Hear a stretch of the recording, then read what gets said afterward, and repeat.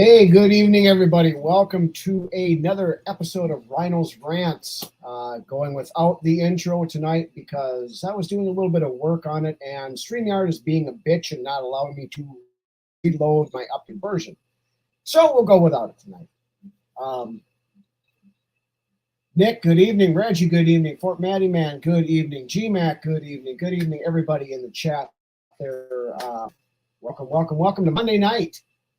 And was going to try to shy away from the Kirk Cousins discussion a little bit, since we probably have all had more than our fair share of that, and it's going to continue for the next 2 weeks anyway. But story came out this morning from ESPN analyst / writer / football guru Bill Barnwell. In which he stated that with the uptick in the salary cap, as we talked about, $12 million more than expected, that Kirk Cousins' contract could be looking at upwards of $51 million per year, average annual value. Thought that was worth talking about. We've seen anywhere from, Kirk taking a hometown discount or whatever you want to call it in that 35 range, all the way up to now today, $51 million a year. Myself personally, I can say this with 100% certainty. If it was up to me at $51 million, Kirk, you're a great dude, but don't let the door hit you in the ass on the way out. I miss Monday Night Football, Nick. Absolutely miss football in general, but that's why we have this to talk about. So, GMAC, Kirk isn't taking any discounts. I am tending to agree on that.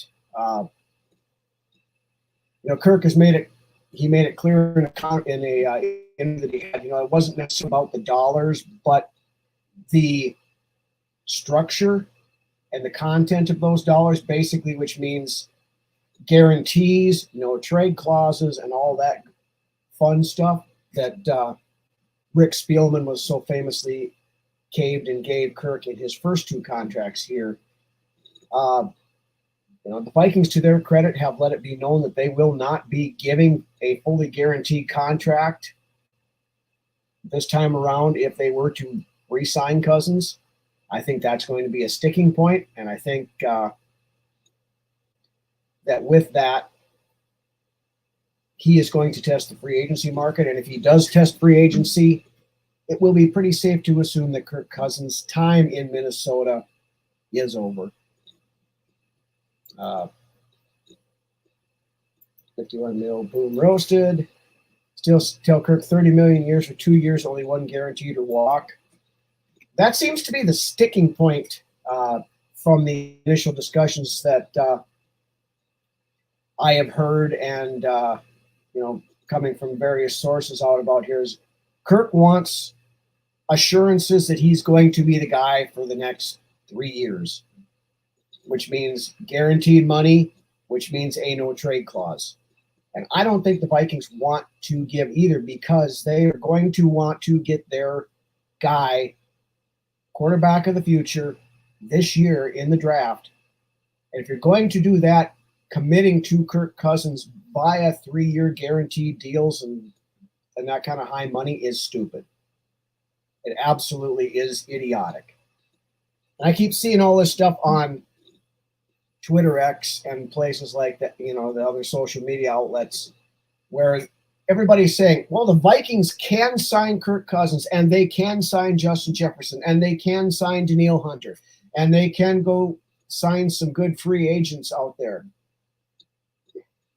To quote Jeff Goldblum from the original Jurassic Park movie, people start sitting there trying so hard to prove that they can do it, they don't stop to think about whether or not they should.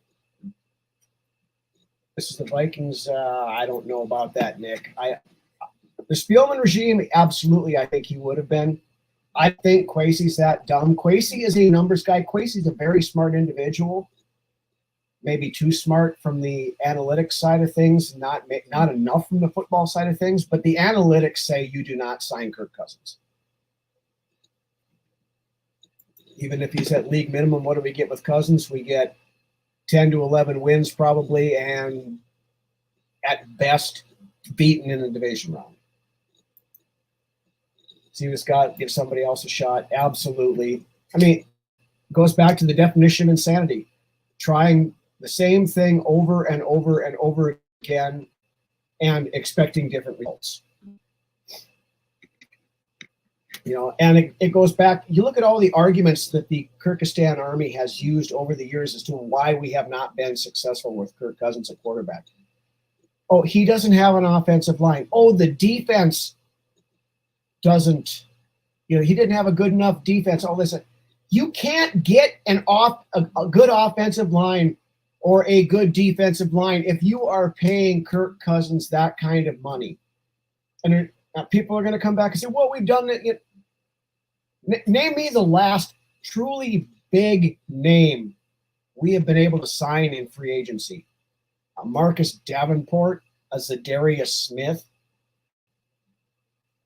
Guys that, you know, come with some concerns and flags, and that people are a little concerned to take a run on. Hutchinson, yeah, back then, but that was way before any of this Kirk Cousins deal with the problem with Kirk Cousins is not the dollars. The problem with Kirk Cousins is the guaranteed money on short contracts, which means you cannot move the money around. People are arguing, well, Patrick Mahomes is the highest paid player in the NFL, and they just won a Super Bowl.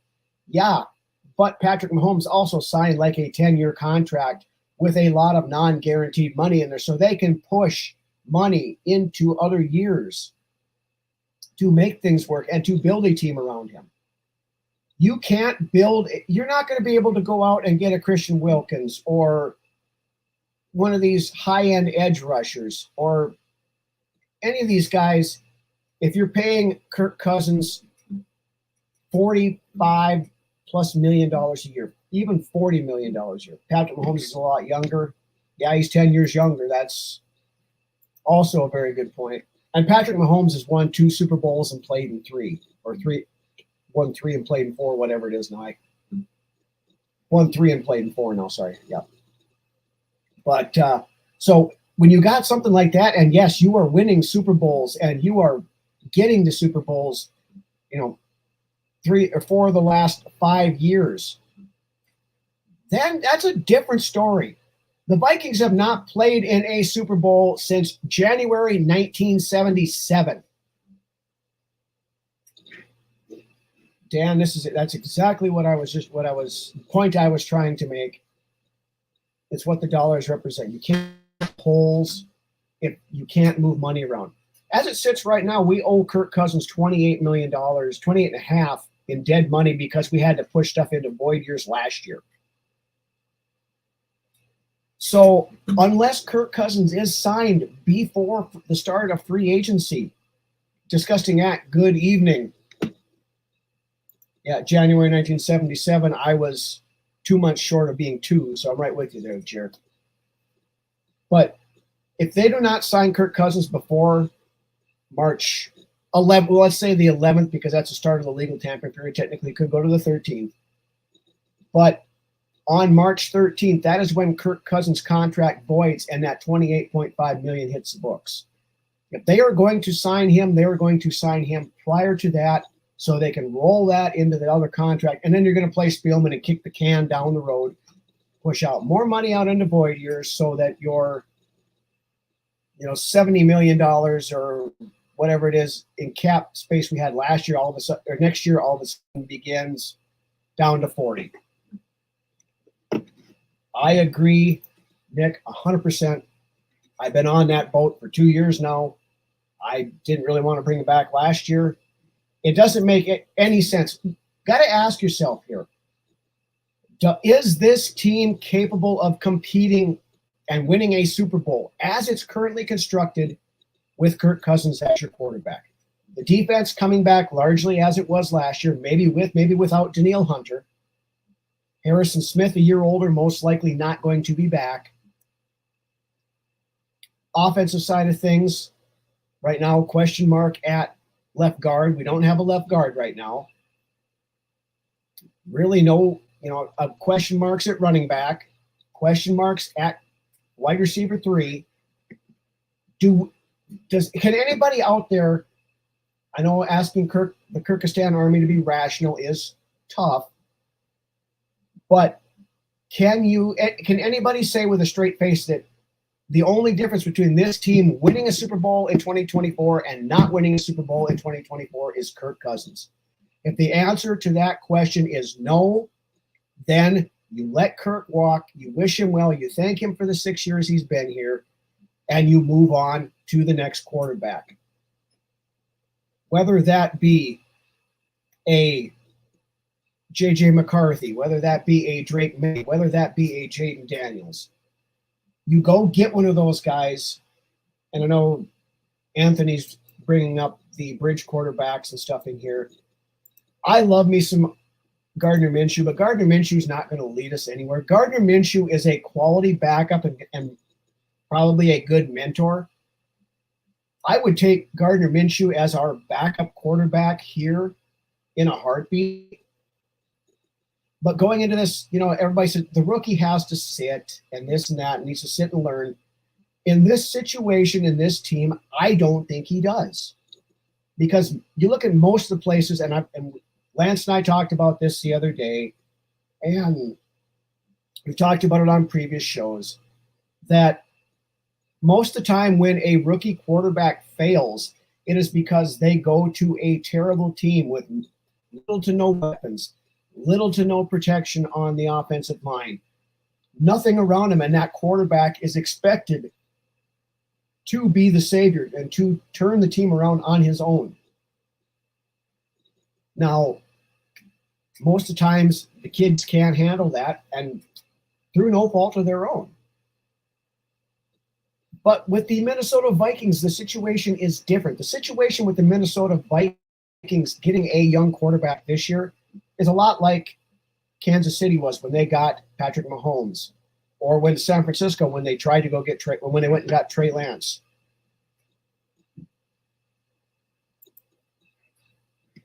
All right, good evening. Yes, Kirk has a chance to be the first $400 million quarterback never to win a big game. He probably will get that, but he's not going to get here. But I'm all for, I went back and forth on this quite a bit in the past about, do the Vikings need to get a bridge quarterback if they bring in a rookie, which odds are they're going to draft a quarterback in the first round this year. I don't think they need a bridge quarterback. I think you let that kid go out there. You let him sling the ball to Jefferson and to Addison and to Hawkinson when he gets back. And you got two very good bookend tackles. You've got Darisaw, who is one of the best left tackles in the league. You've got Brian O'Neill, who's a very good right tackle on the other side. Been dealing with some injuries the last couple of years. That's why his play kind of fell off a little bit at the end of the year. Same with Darisaw, but they're both, by all accounts, healthy and back and ready to go. You find yourself a upgrade at the running back position, and you let the kid go out and sling it and let the chips fall where they may. But in doing so, you can go and you can build the defense. You can go a Michael Huff or somebody like that at edge rusher. Even if you don't bring Danielle Hunter back, you can get a Brian Burns, maybe a Josh Allen, somebody like that who is, younger than Danielle Hunter and probably going to be about the same contract value. You get a impact defensive lineman, a Christian Wilkins or somebody of that ilk. You find a good veteran quarterback or cornerback that you can put back there with those young guys, and Byron Murphy, two guys with experience, and rotate in the Caleb Evanses and the Andrew Booths and the Mekhi Blackmans of the world, to get them experience working alongside somebody who already has that experience, whether it's a Sean Murphy Bunting, whether it is a Darius Sneed, whether it is what's his name that just got released from the Dolphins.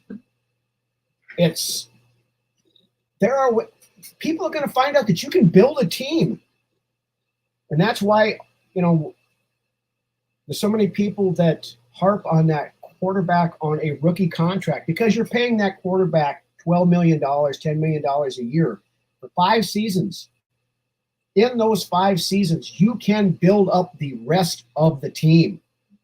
And by the time, and with that kid, as that kid is learning and growing and getting in there, by the time you get to the end of that, year 3 area, whatever else, you're fully loaded and ready to go for bear, and you're going and you're competing for that Super Bowl.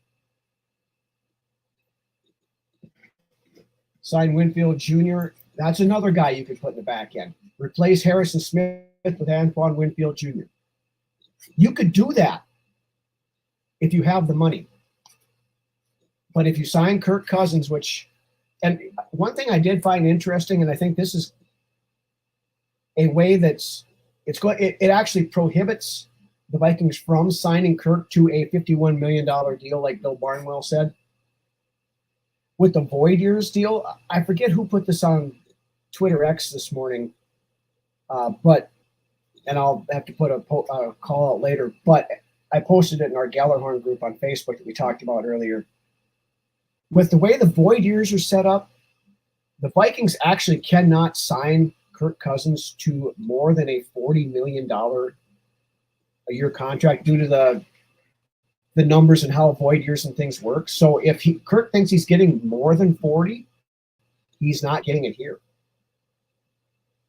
And it's people come in and say, Kirk is going to be this great mentor for a rookie that comes in. Is he really?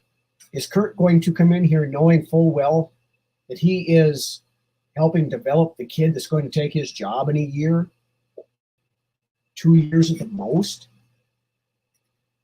And again, if you're paying Kirk Cousins all this money and you bring in that rookie quarterback, you're wasting valuable years of a rookie quarterback contract to build up the rest of the team. You make a team like the San Francisco 49ers, built up on defense, got the weapons, got the line. And if you miss on the quarterback, so what? They gave up 3 first-round picks for Trey Lance, and he's not even on the team anymore. And they've been to this NFC Championship game the last 2 years, and they were in the Super Bowl this year and should have won the Super Bowl.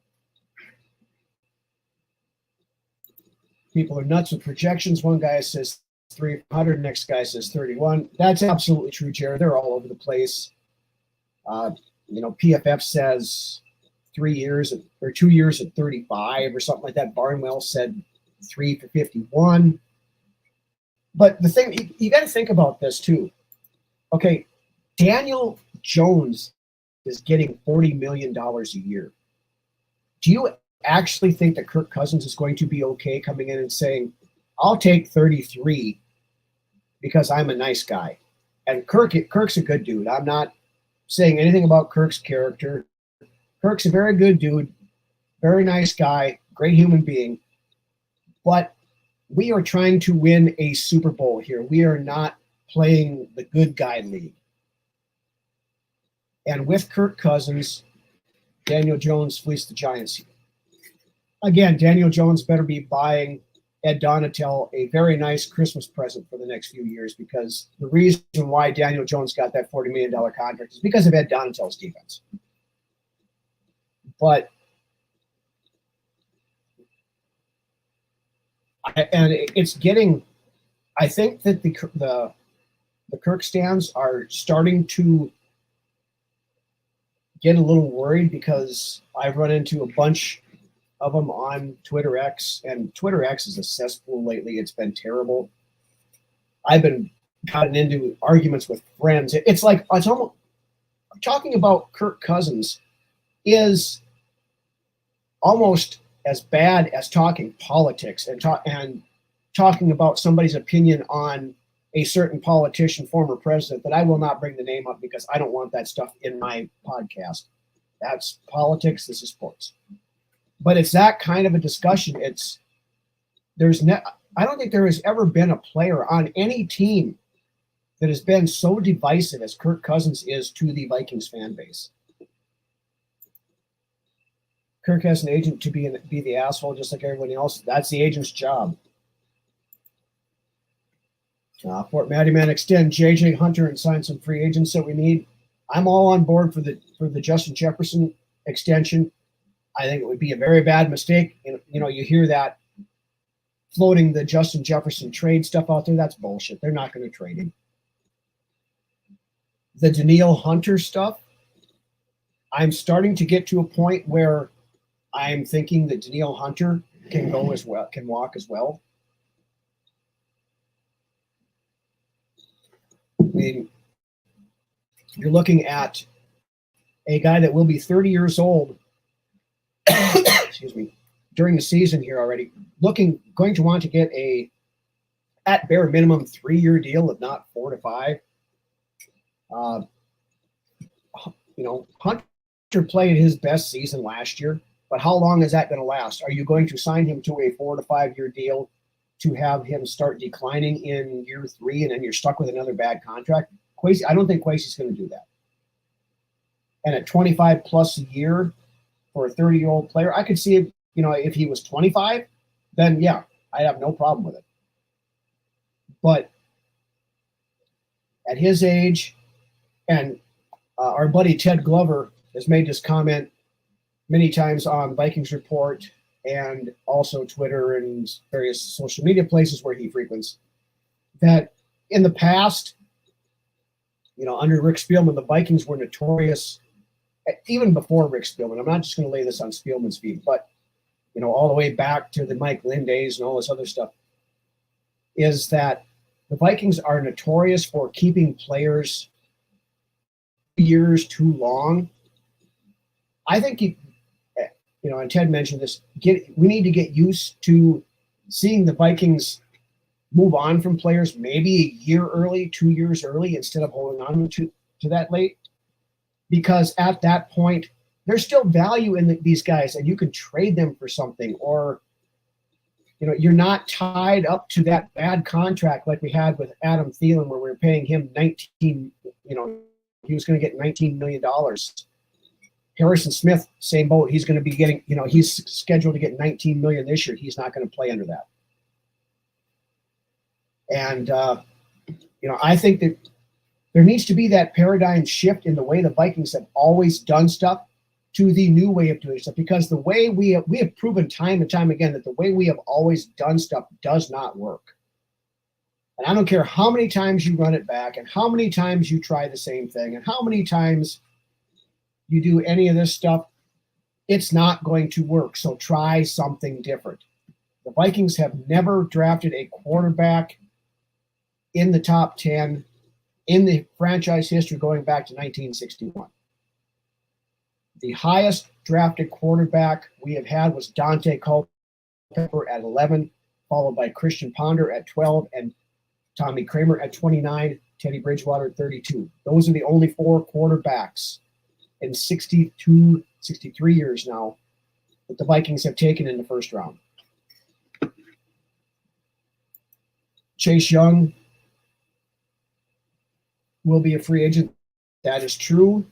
And while Chase Young has some red flag concerns, some effort stuff, Chase Young is that kind of guy that so far through Kwesi Adolfo-Mensah's tenure is a guy he likes, a guy that you can bring in here on a 1 million or 1 year prove it deal, 12 million, 15 million, somewhere in there.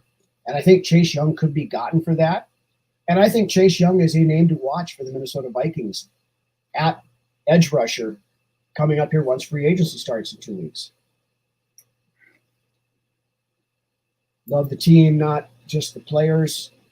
That's how I feel about it. I've always said the name on the back of the jersey doesn't matter. It's the name on the front that does. I don't care who is. I've said it before too. I don't care if the devil himself is playing quarterback for the Vikings, as long as at the end of a season when I'm still coherent and with it enough to remember it and see it and enjoy it, I want to see the Minnesota Vikings holding that Lombardi trophy up in the air with purple and gold confetti coming down all over the place.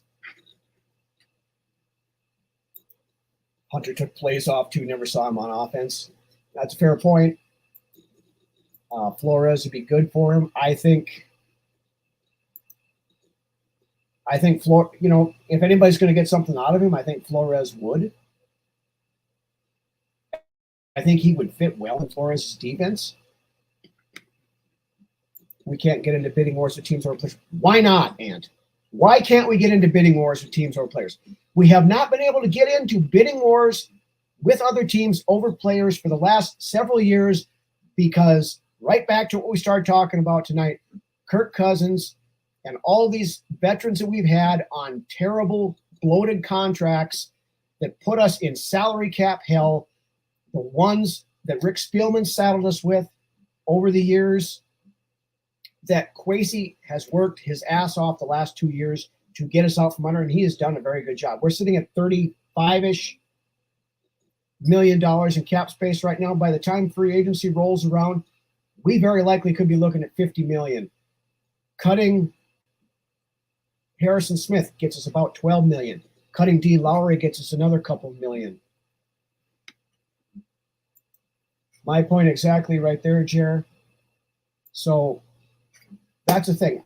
We can get into bidding wars if there's a guy that we want and a guy that we think can help the team. You got to pay an extra $2 or $3 million or whatever to go get a Christian Wilkins. Do it. If you got to pay an extra $3 or $4 million to get a Legarian Sneed at cornerback, go do it. If it's exactly, Josh, if it's a piece we're missing, God damn it, go for it. Go do it. Absolutely. Perfectly said.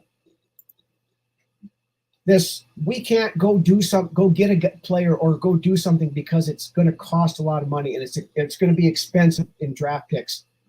You know, a lot of people say, well, Vikings can't trade up to 3 because it's going to cost a lot of draft picks. Who cares if it costs a lot of draft picks? If you go out there and you draft Drake May and he turns into the quarterback that's going to a Super Bowl victory, going to be the franchise quarterback for the next 12 to 15 years, whether it's Drake May, a Jaden Daniels, a JJ McCarthy, it does not matter what you gave up to go get that guy if it gets you to the point where you win a Super Bowl.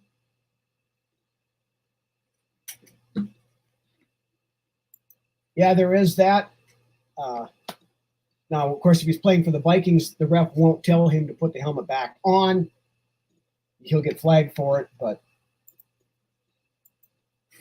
yeah, and I'm not saying we assemble the 2022 Rams either because that's not, I mean, they got him a Super Bowl, and it's a way to do it. I don't think it's the best way to do it, but we can go from the last 6-8 years of having to find free agents in the $5 DVD bin at Walmart or at the IKEA.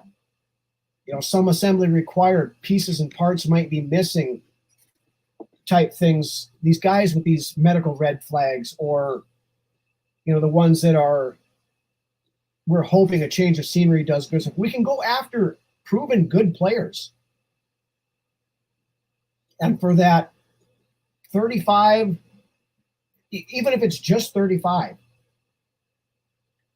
you could sign 2 quality edge rushers, maybe not to a Danielle Hunter level, but instead of spending $25 million on one guy, you could spend $15 million to $20 million on 2 guys that are going to get you 10 sacks apiece. Maybe not one that's going to get you 20 sacks, but you know, and you can build depth.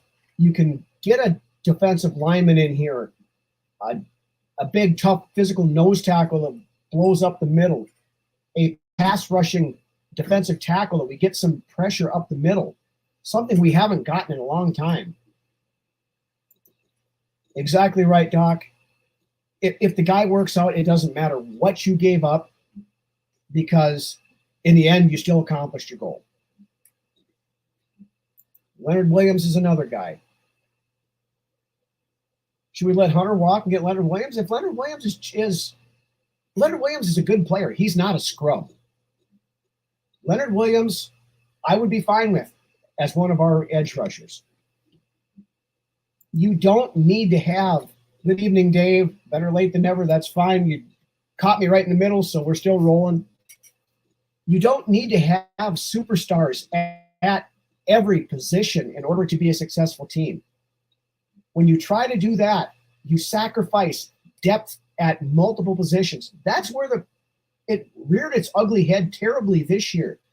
The Vikings, the last probably 5 to 6 years, have been a very top-heavy as far as talent and as far as contract, which if everybody stays healthy is great. But with poor drafts and, Kwesi's first draft, very poor. Rick Spielman's last 3 or 4 drafts, for the most part, very poor. When you don't find those guys that you can develop as depth players to be able to step up in 3 to 4 years and take the place of that guy who's on an expiring high contract. That's why we got to where we did, because we didn't have those guys. So Spielman, as he was known to do, would panic and overpay to bring one of those guys back, basing it on past performance, not on what that guy could potentially do for us in the next 2 to 3 years. And the Vikings, like I said, it has to be a paradigm shift in the thought process, not just by the team, but by the fan base, because you see this in the fan base. We can't get rid of this guy. He's my favorite player. You can't get rid of this guy. We can't. What if we suck if we get rid of this guy?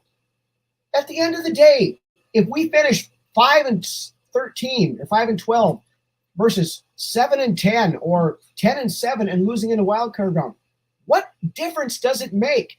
We did not achieve our goal.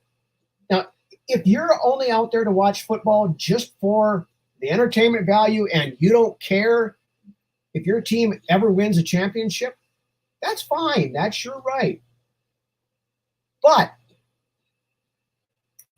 when we get to the point where most of us are, these diehard fans who live, breathe, eat, sleep this team, and the only thing we want is to see our team win a championship, then just doing this stuff the way we've been doing it and going along and, let's just be competitive so we can have, it's okay if we only win 7 or 8 games. As long as we were competitive and we tried hard, that's all we need to do. No, I'm sorry. That's not good enough for me. And I know it's not good enough for most of you guys either.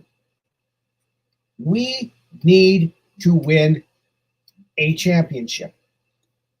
I like multiple, but we're going to start with one. And in order to do that, we have to change the way we've been doing things because, again, the Kirk stands are going to be out there.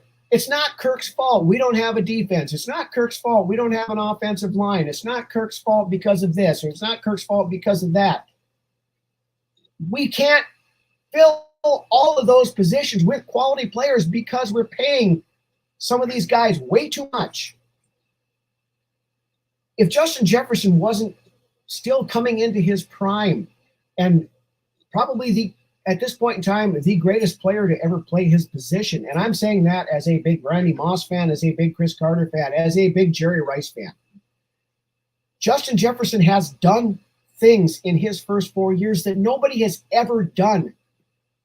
So somebody like him, I will pay Justin Jefferson $35 million a year and have a $12 million rookie quarterback throwing to him because I know Justin Jefferson is going to make that rookie quarterback successful because he is that goddamn good. I know Jordan Addison on the other side, who got valuable experience last year when Justin Jefferson was out injured. Jordan Addison is going to make that rookie quarterback look that much better. TJ Hawkinson, when he comes back from his injury, across the middle in that spot where he lives and eats, TJ Hawkinson is going to make that rookie quarterback that much better. And as that is going on over there, you have a rebuilt defense with Flores' players, the guys he wants, not trying to make the other guys fit into the system. Then when you do that, you have a complete team that can compete and that can win a championship.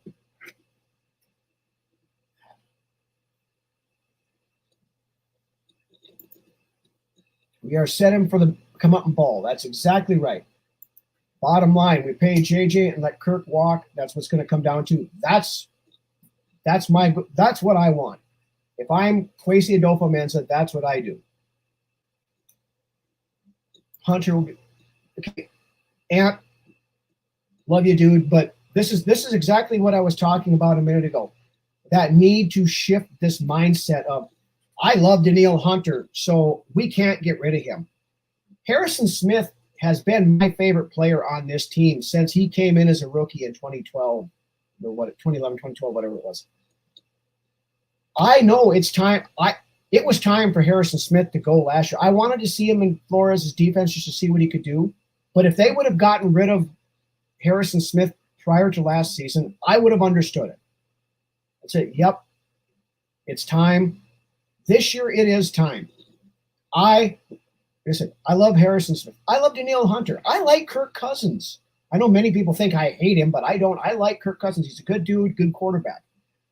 But he is not going to – Harrison Smith was not horrible last year. He's – from previous years, he was down, but he was not horrible. And he's getting – it's at the point of his career where he doesn't have much left in the tank. You know, Bears get 3 picks in the top 10, plus their other picks would be last place next year. If we have to go be in last place for a year in order to turn around and be first place for the next 5, fine. I don't care. If we have to suck for a year in order to build something that's long-term success, not this every 5 to 7 years we'll pop up, maybe get to the NFC Championship game and then get our asses handed to us there. Oh, well, at least we do it 2009, 2017. Okay, I don't want to wait 8 years in between NFC Championship appearances. I want to be like the Kansas City Chiefs and be in the NFC Championship game. What have they been in the last 7 years? Like the New England Patriots were with Tom Brady in there for God knows how many years at a time. There is nothing that says that the Minnesota Vikings can't do the same thing in the NFC. Absolutely nothing that says that the Vikings cannot be one of those teams.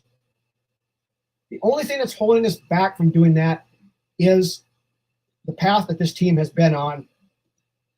And to Kwesi Adolfo-Mensah and Kevin O'Connell's credit, I believe they are pushing it to the point where they want it, not just carrying over the remnants of the Spielman-Zimmer regime because that's who we have.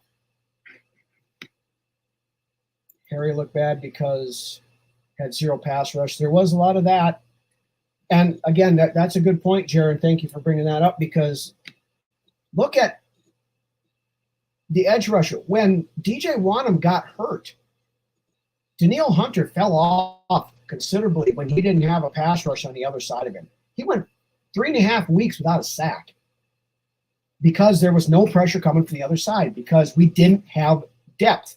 We had Pat Jones and we had Andre Carter, both guys, good players in their own right, but very limited. I mean, Carter is an undrafted free agent rookie last year. Pat Jones has played limited amount of time in his contract. He's been there. But DJ Wanham was having a very good year. He had 8 or 9 sacks before he got hurt. So, but when you remove that, the Marcus Davenport signing went out. Davenport could not be on the field. We had no pass rush coming from that other side, and it caused Hunter's numbers to fall off the last month of the season. Absolutely.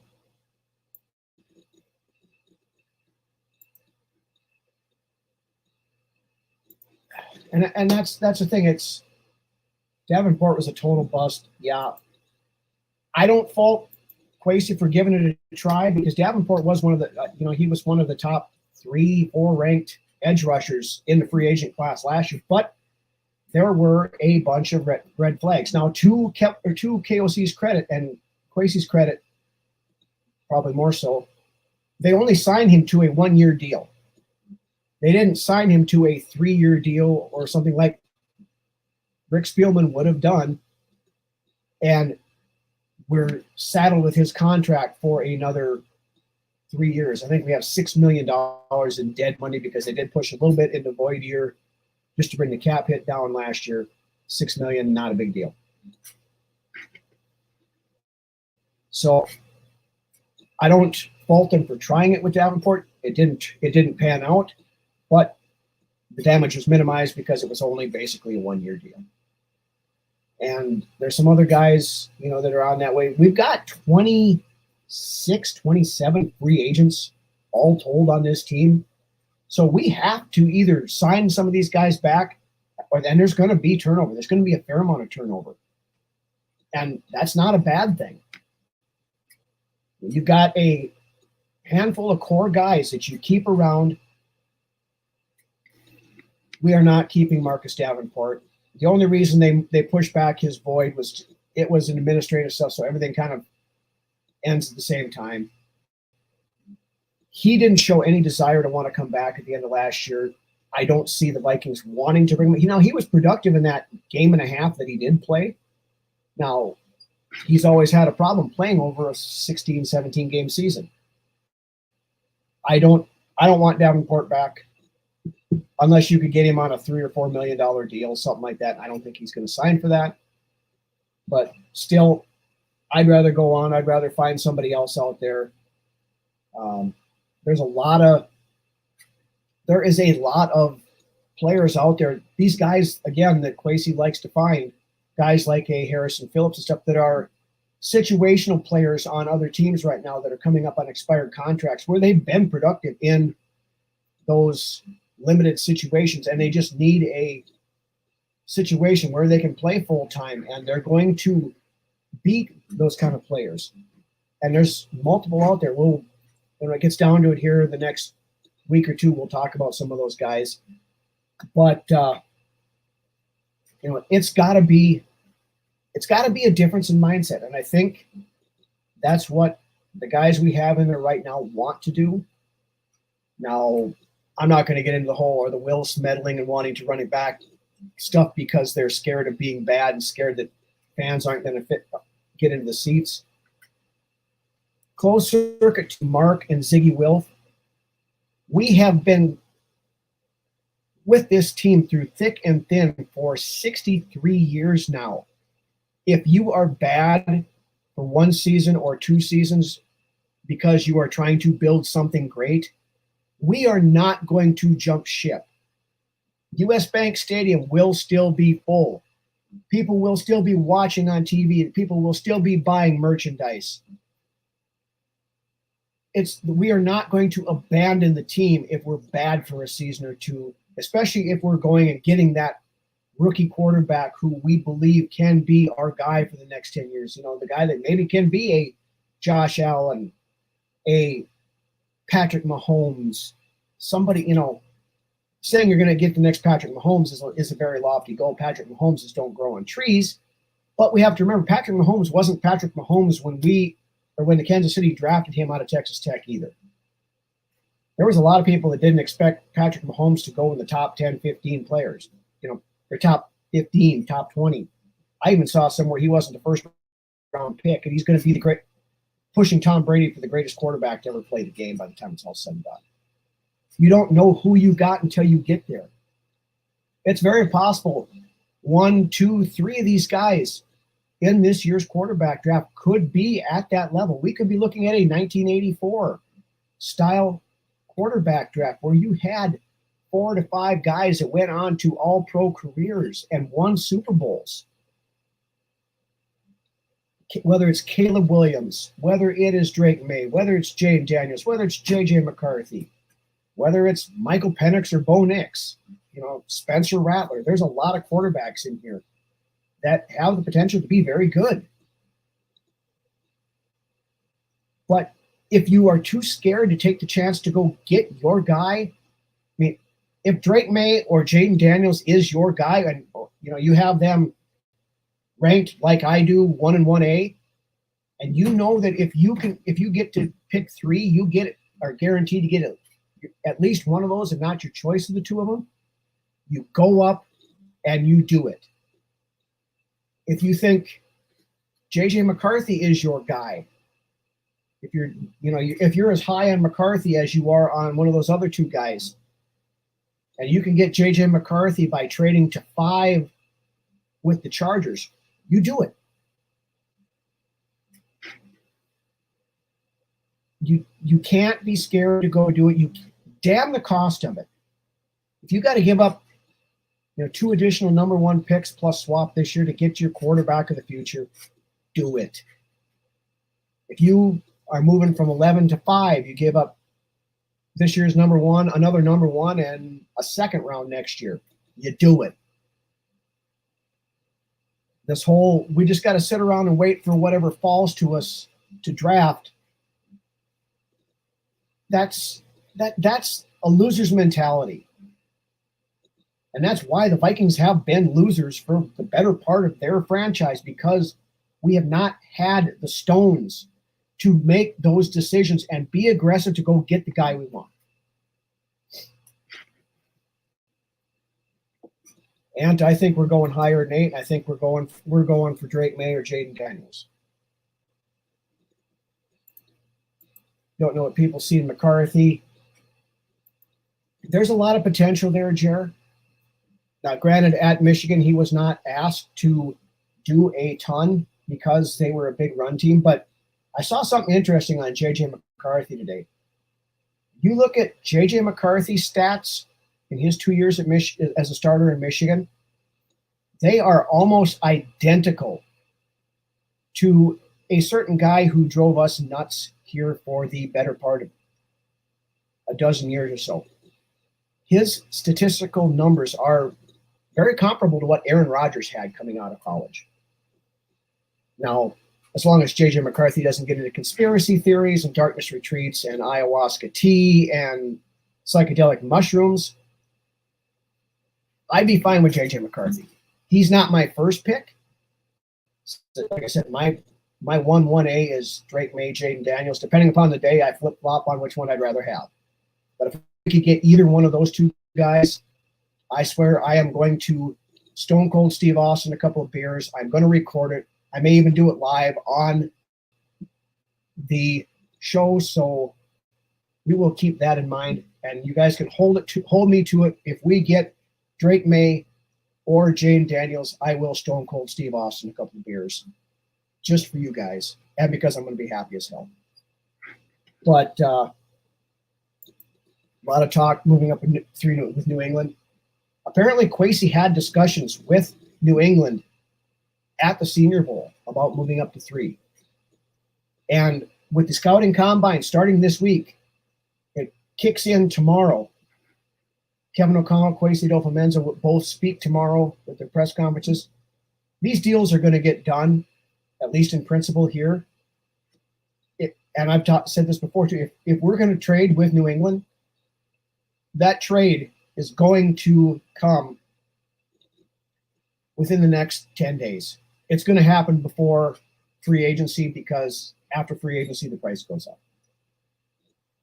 So it wouldn't surprise me one bit to be sitting here, if not Ryno's Rants next week's BU studio show, talking about the Vikings making a trade up to pick number 3. I'd rather pay Wanham $10 million than Davenport $4 million. Absolutely agree on that, Dan. I think I would be looking at possibly bringing back DJ Wanham. He's shown he can play in the Flores defense and be successful, as long as you have somebody else alongside him, of course. 3 is a real possibility. If we get 3, I'm thinking we take May, unless Drake May goes number 2. Like I said, I won't be upset with either May or Daniels. I like them both. 2 different skill sets. And I think Kevin O'Connell, given an entire offseason, could change his offensive scheme to make use of the talents of a Jaden Daniels more than what happened with Josh Dobbs in midseason.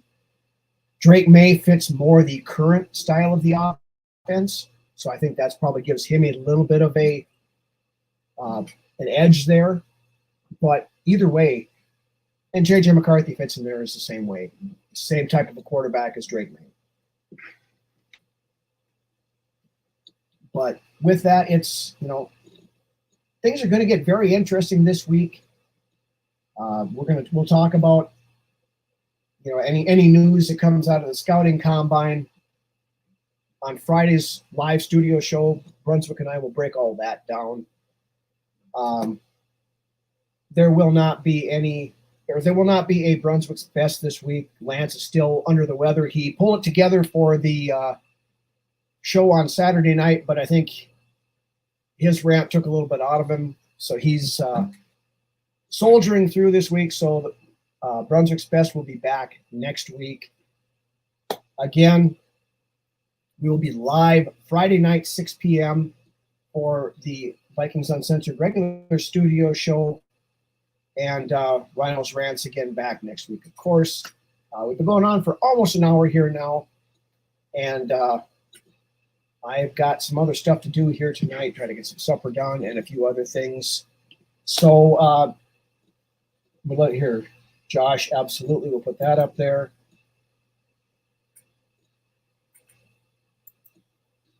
Mel Kiper said Mahomes would be a bust when he drafted. McCarthy could be the best quarterback in the draft. He could be. And we'll find out. As far as the scouting combine goes, Caleb Williams is not throwing. Jaden Daniels is not throwing. Marvin Harrison Jr. is not even showing up. Malik Neighbors is not participating either. I have not heard if McCarthy, I believe, is throwing. Drake May, have not heard whether he will or not. But, we'll find all of that out. Quarterbacks take the field on Saturday. It starts with DBs and tight ends, and then defensive line and edge rushers on Friday. So we'll have plenty to talk about there as well. But with that, I want to thank all you guys in the chat for coming in tonight. Great conversation as always. A lot of good back and forths. It's a lot of fun. I say it every week, but I love talking to you guys. I love doing this live stuff. It's a ton of fun. Shout out to the Filipino fan club over there. As always, Noy, Jen, BB, Nympha, everybody over there watching, the cast of thousands. Shout out to all the other Vikings content creators out there. We do this for you guys. We do it because we love it. Vikings First and Skol with Tyler Fornes and Dave and Darren Campbell. Vikings Report with Drew, Ted, and Chris. Minnesota Sports Talk. Purple and Gold for Days. GG Sports, Rap, all you guys over there with the all of your content creators. Watch these guys. Like them, follow them. Hit the like button on the way out here as well. Helps us all out a ton. And we love doing it. We're going to keep doing it. And one of these days, we're going to be talking about a Vikings Super Bowl. And I'm here for it.